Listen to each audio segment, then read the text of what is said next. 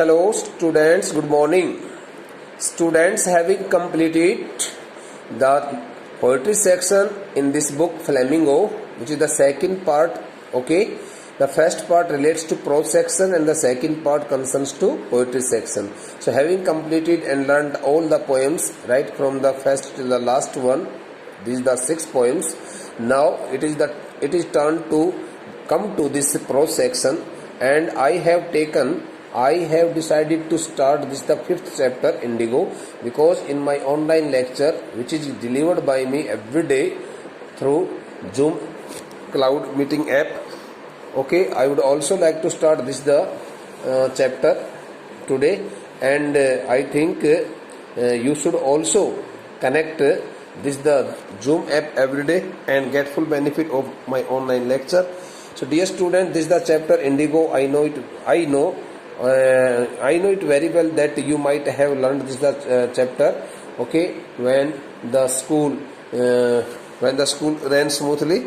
But now since the lockdown was imposed, so I think you have not been able to complete all the chapters thoroughly. So now we would like to start this the chapter Indigo, okay, in this lecture, and it may take around 3 to 4 lectures also, because it's a bit lengthier chapter compared to the other ones. So then, but it is very interesting chapter.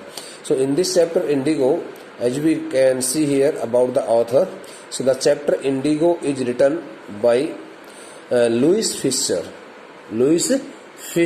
okay.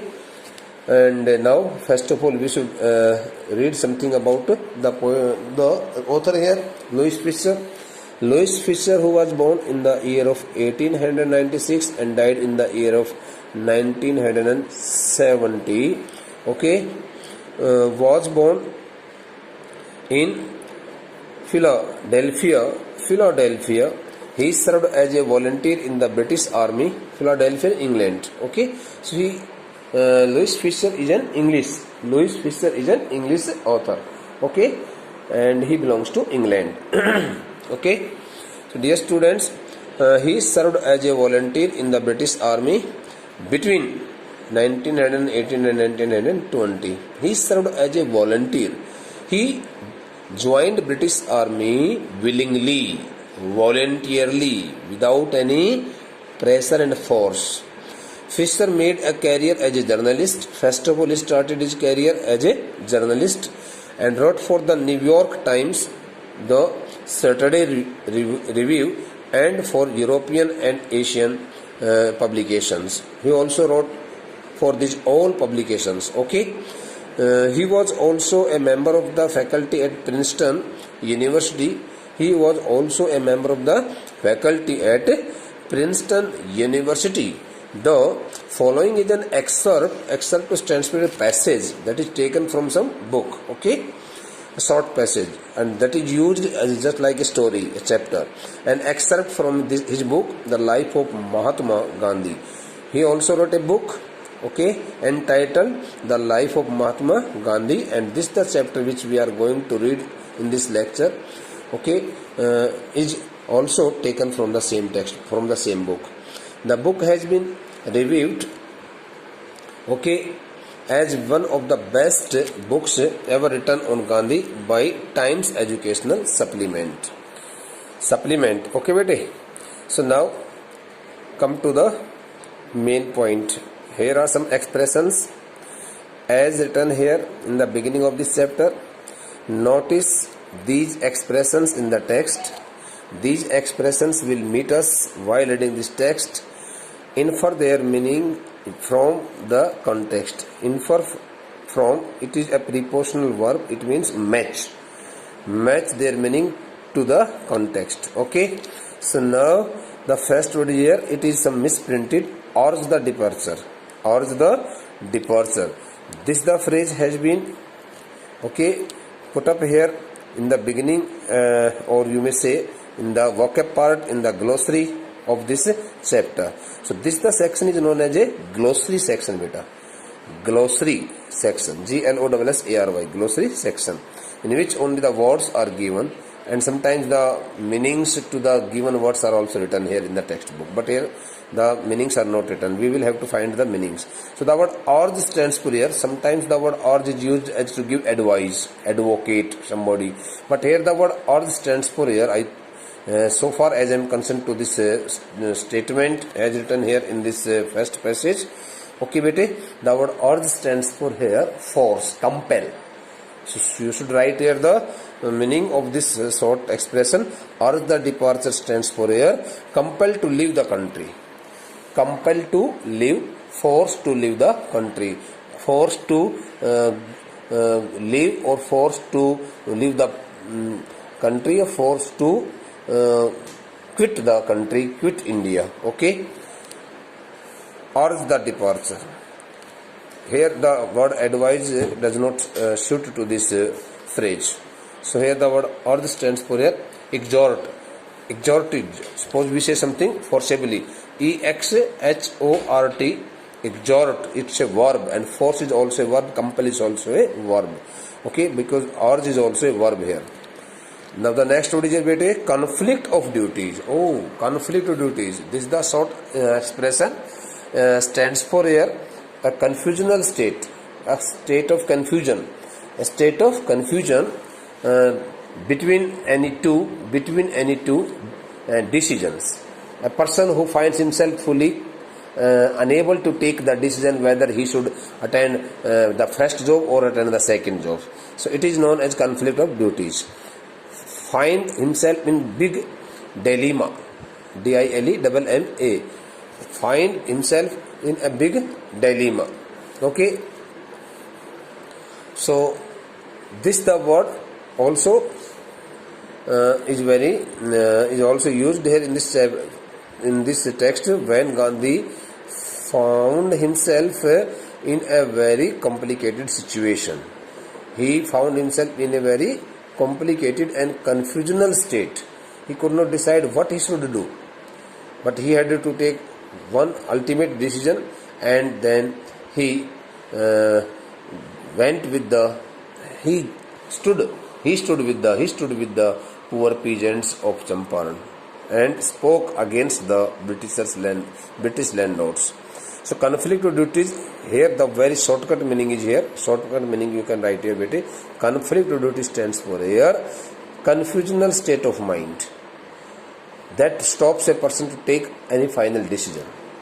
Okay, confusional state of mind, or you may say confusional state of mind. It is the correct. Fall into a big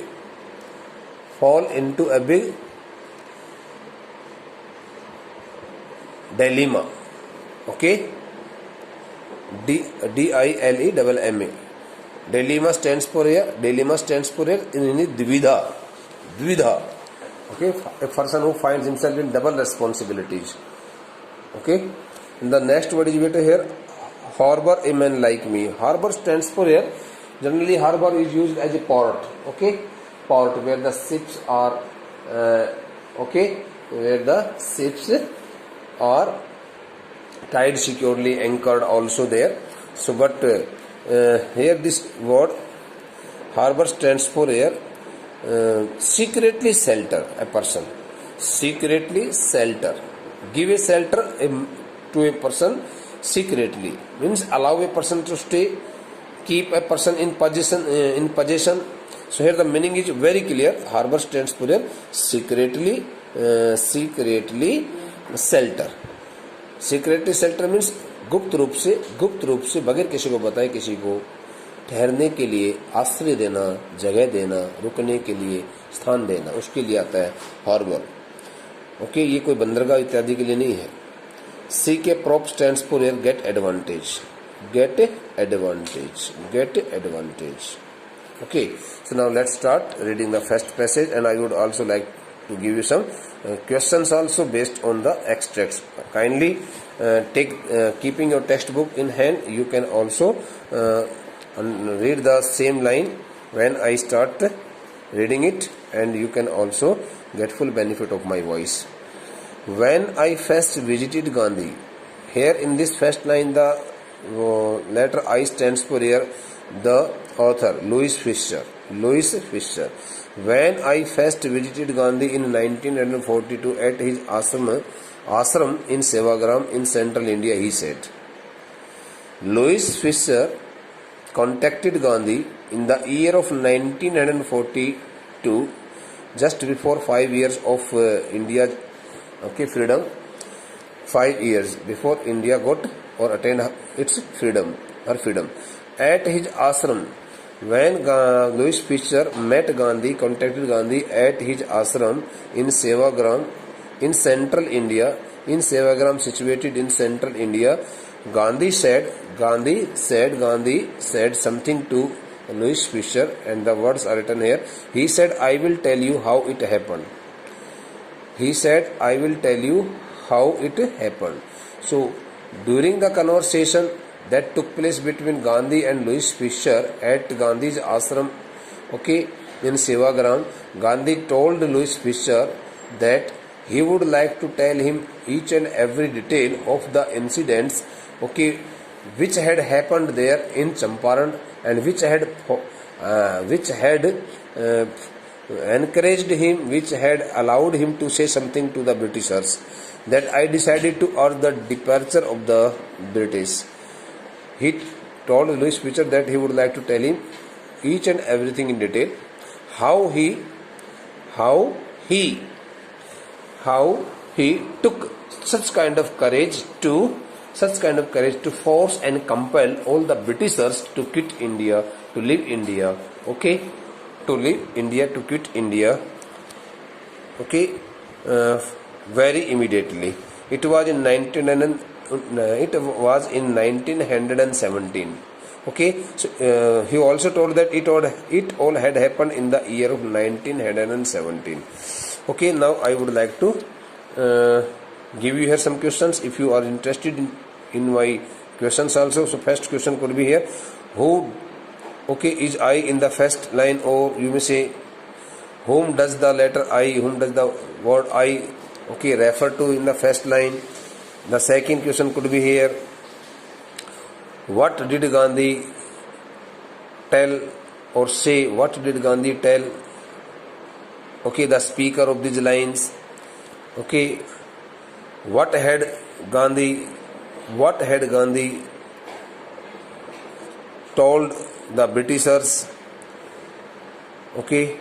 What special incident had taken place in the year of 1917? So these the 4 questions could also be given to you. So dear students, I would like to give you the questions not at this moment but later. First of all, we should read the chapter. So now let's start reading the next passage. He had gone to the December 1916 annual convention. Convention stands for a formal large assembly. A formal large, it is generally pronounced as formal, not formal. A formal large assembly, organized in an open place, organized in the open ground.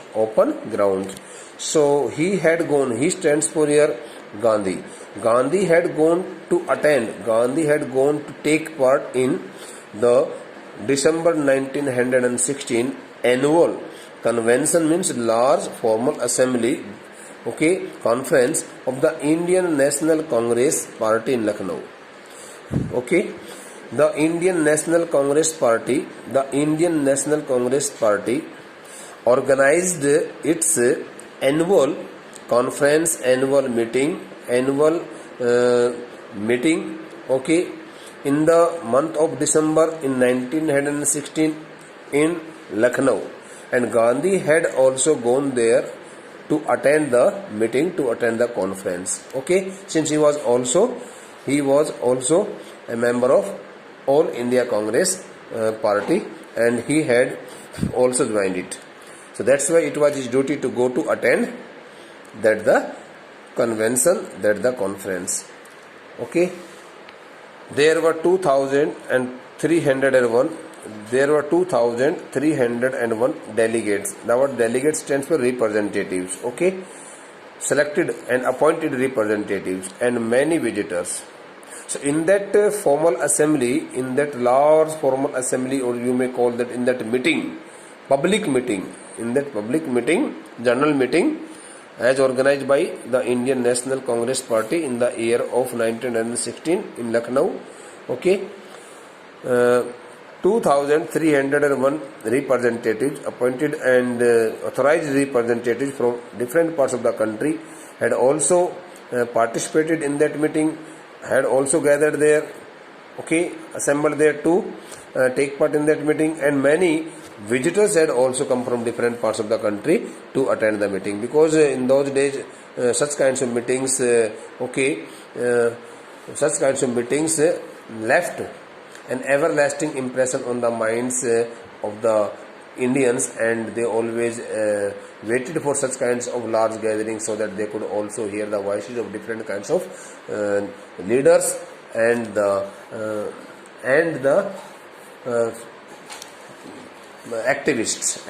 activists, okay, especially for the freedom of the country, okay. During the proceedings, when the meeting was going on, and there was the process of the meeting was going on, Gandhi recounted. Though Gandhi was already present there in that meeting, so while attending the meeting, or you may say that during the proceedings of the meeting, Gandhi all of a sudden remembered something, okay, and he remembered something, and that was, a peasant came up to me, okay, looking like any other peasant in India, poor and emaciated, okay, very polite, very kind-hearted. Emaciated stands for kind-hearted. Look not so dangerous, look not so very aggressive, very kind-hearted, polite-hearted, very emaciated stands for very humble, okay, very humble also. So, and said, I am Rajkumar Shukla. So while attending, or you may say during the proceedings of the meeting, of the conference, of that public meeting, Gandhi recounted some words of the poor peasant who looked like any other peasant, okay, in India, in country, and that the peasant looked so poor, so simple, so very kind-hearted, okay, and so polite also by his nature, and that the peasant had spoken some words to Gandhi, okay. And he said that I am Rajkumar Shukla. He told Gandhi that his name was Rajkumar Shukla. I am from Champaran, and he also told that he had come to meet him. He had come to attend the meeting from Champaran, and I want you to come to my district. He also told Gandhi that he wanted him to come to his district. Okay, he wanted him to come to his district. So whenever you want to get the translation of some chapter, so you should also translate the chapter in the indirect speech using the past tense. Gandhi had never heard of the place. And it was the first time in the life of Gandhi when he had come to know about the name of Champaran, and he had never heard of it in his life before. It was in the foothills of the towering. Okay, foothills of the towering. It was situated. Champaran. The place Champaran was situated in the foothills. Foothills stands for lower part of the hills or the mountains. In the foothills of towering. Towering stands for rising very high up to the sky. Okay, Himalayas. It means very huge sized. Okay, Himalayas near the kingdom of Nepal. So now, when he came to know about the location of the place Champaran, he came to know that Champaran was situated, okay, situated in the foothills of the Himalayas, lower part of the Himalayas, and very near in the Himalayas, near the kingdom of Nepal.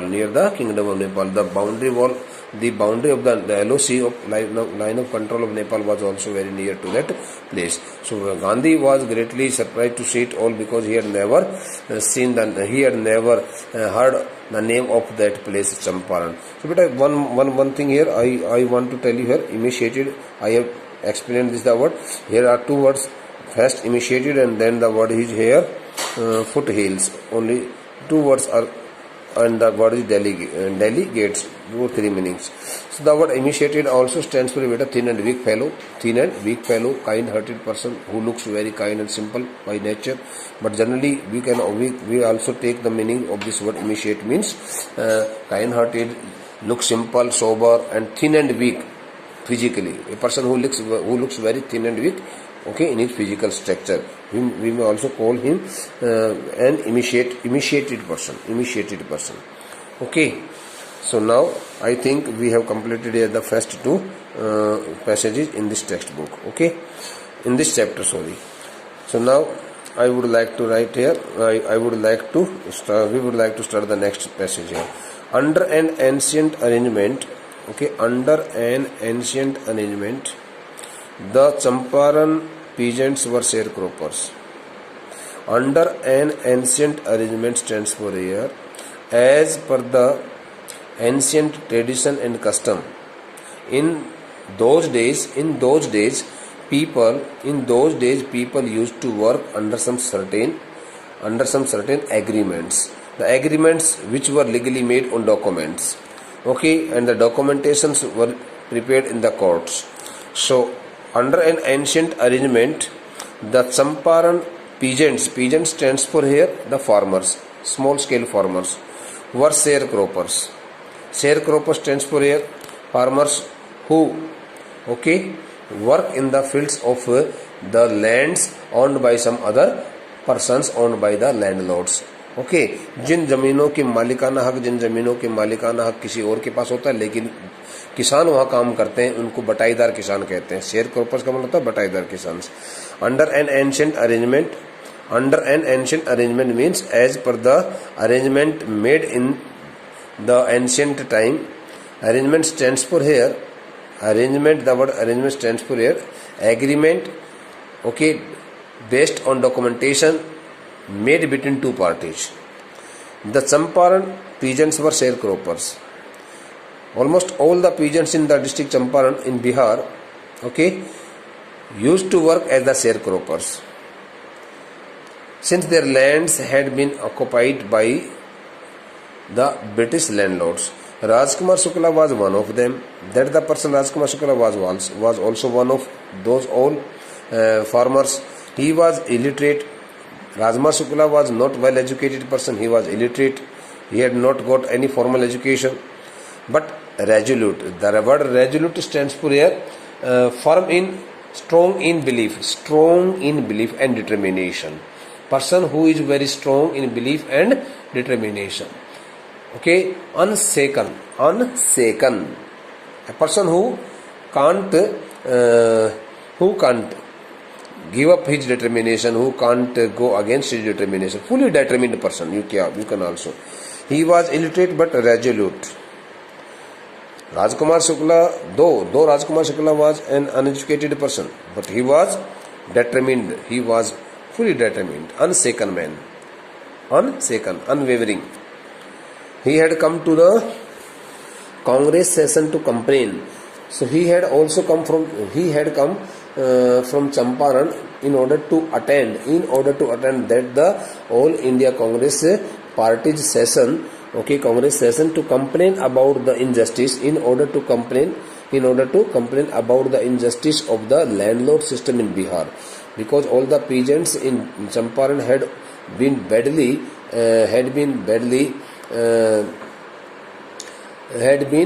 badly tortured and had been badly annoyed, with that the ancient arrangement known as landlord system in Bihar. क्योंकि वो जो लोग थे ना, वो किसान लोग जो थे, बिहार प्रांत के चंपारण जिले के जो किसान जो थे, बटाईदार किसान, वो बिहार प्रांत में जिस प्रकार की जमींदारी प्रथा वहाँ पर बनी हुई थी, उस जमींदारी प्रथा को लेकर के बहुत परेशान हो चुके थे, अन्याय सहते आ रहे थे काफ़ी दिनों से। उसको लेकर के शिकायत करने के लिए वहाँ पर अखिल भारतीय कांग्रेस कमेटी के द्वारा जो एक अधिवेशन बुलाया गया था, वार्षिक अधिवेशन, उसमें भाग लेने के लिए वो नहीं आया था, बस केवल शिकायत करने की मानसिकता से आया था। And somebody had probably said, so during his presence there in Lucknow, somebody had also told Rajkumar Shukla saying that he should speak only to Gandhi, not any other person. उसने ये कह दिया था कि तुम्हें गांधी से बात करनी, किसी और से किसी से बात नहीं करनी चाहिए। थैंक यू बेटा, today it is enough and now we would like to read the next part of this chapter in the next lecture. Thank you.